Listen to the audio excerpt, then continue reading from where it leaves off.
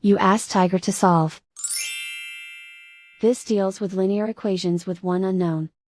The final result is r equals 1/22. Let's solve it step by step. Simplify the expression. Expand the parentheses.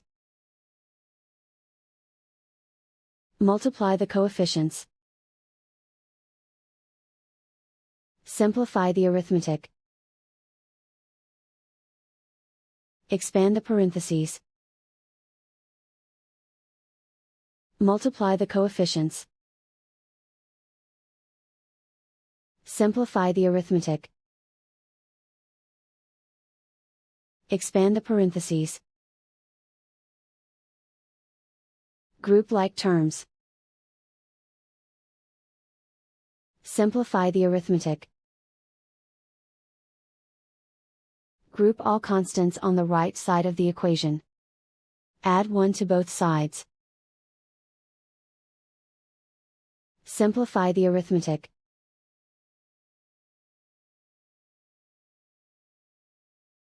Isolate the r. Divide both sides by 22. Simplify the fraction. And so the final result is r equals 1/22.